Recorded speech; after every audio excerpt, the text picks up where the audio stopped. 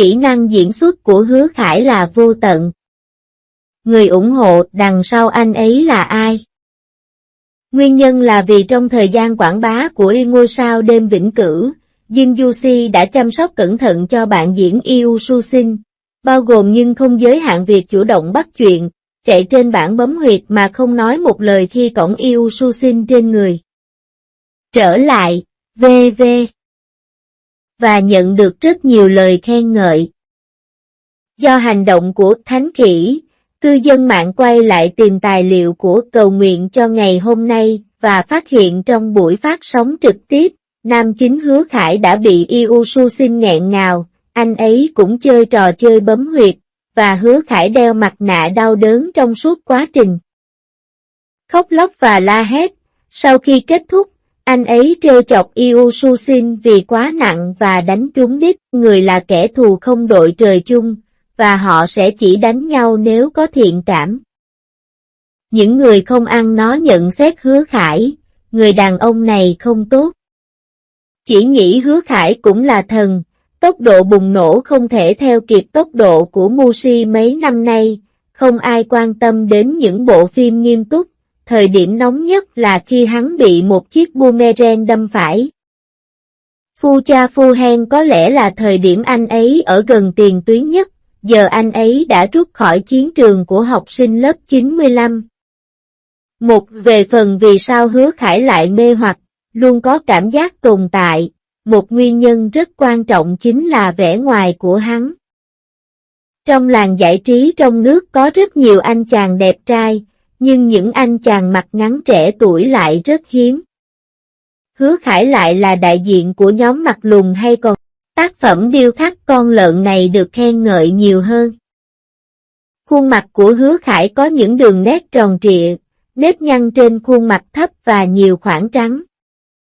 Nó có ít góc cạnh và đường nét trên khuôn mặt của anh ấy nhỏ nhắn và trẻ con. Ở một mức độ nào đó, lợn Hứa Khải cũng là một lựa chọn tốt cho mối quan hệ chị em chó.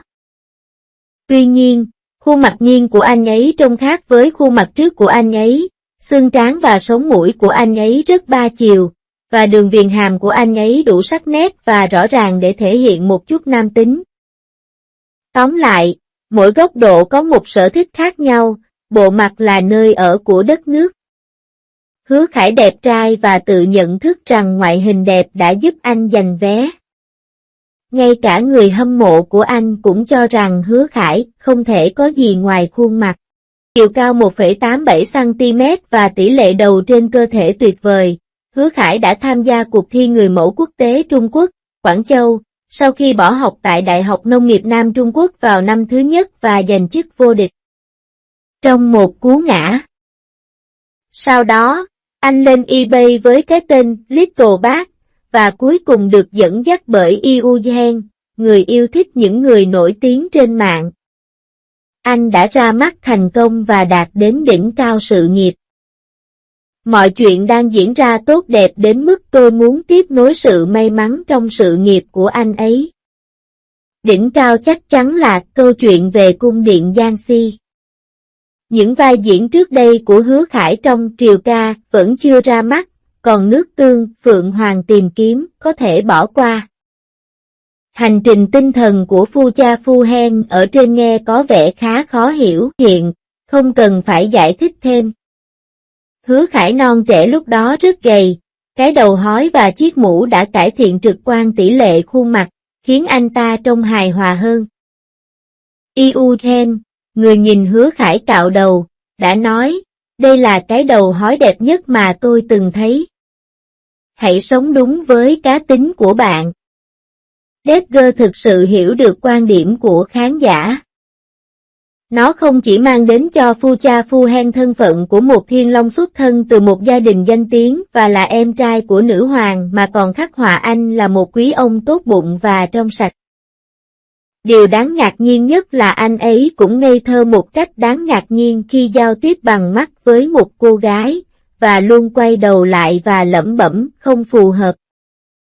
Tình yêu của tôi dành cho anh lên đến đỉnh điểm sau khi thấy anh âm thầm bảo vệ cô suốt cuộc. Chỉ là, người có thể kiềm chế được sự điên cuồng của phó sát phục hành nhất định là một chiến sĩ đặc biệt. 2.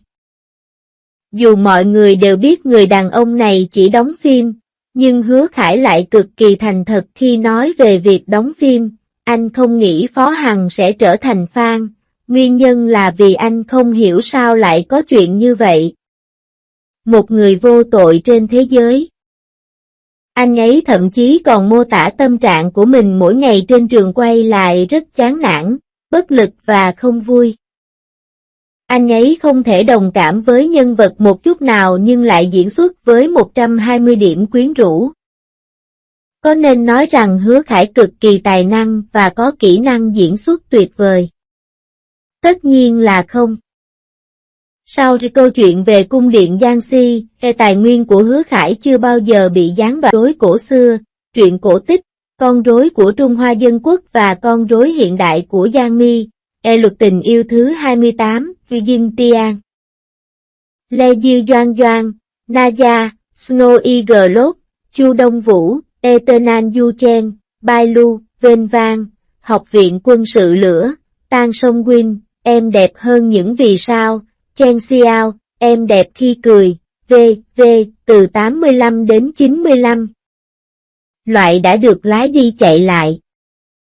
Nhưng với nhiều nguồn lực đáng ghen tị như vậy, không ai trong số họ có thể tái hiện lại những điểm nổi bật của diễn hy cung truyện, và không nhân vật nào có thể tái hiện được cốt truyện của Phu Cha Phu Hen, kể cả Giang Di, The Story of Chen Huân, và Yu Susin kỹ năng làm sữa của Cầu Nguyện cho Hiện Tại, đều thất bại về phía Hứa Khải.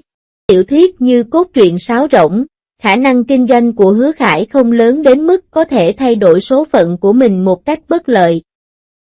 Nói cách khác, khi anh ấy diễn xuất ngày càng nhiều, kỹ năng của anh ấy không được cải thiện, nhưng những khuyết điểm lớn trong kỹ năng diễn xuất của anh ấy dần dần bộc lộ.